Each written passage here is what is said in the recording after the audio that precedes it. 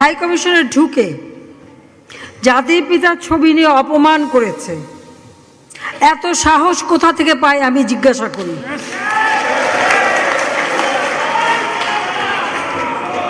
আমি জানি না আমাদের হাই কমিশনে এখন কারা বসেছিল এবং তারা সেখানে কিছুই করতে পারলো না কেন, সেটাও বড় প্রশ্ন। আর আমি আমার প্রবাসী যারা বাঙালি, না আমার প্রবাসী বাঙালিদেরও আমি বলবো যে যারা এই ঘটনাগুলি ঘটিয়েছে তারা চলাফেরা করে না, তাদের দেখেন না। যে হাত দিয়ে জাতির পিতার ওই ছবি নিয়ে তারা ভেঙেছে, তাদের যা উপযুক্ত করা উচিত সেটা করতে হবে। কারণ জাতির পিতার নাম মুছে ফেলার চেষ্টা করা হয়েছিল, তো তারিখ যেহেতু দূরের কথা, ওর বাপ তো চেষ্টা করেছিল এই নাম মুছতে, ওর বাপও চেষ্টা করেছে, মাও চেষ্টা করেছে। তারা কি পেয়েছে নাম মুছতে?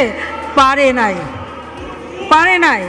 ইতিহাস কখনো কেউ চাপা দিতে পারে না।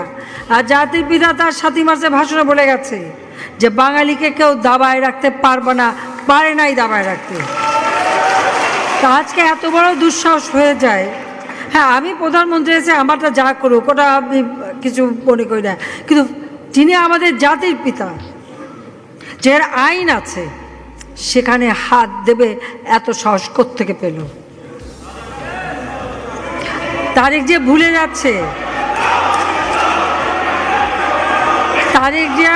যাচ্ছে যে তার মা দুর্নীতি করে জেলে গেছে।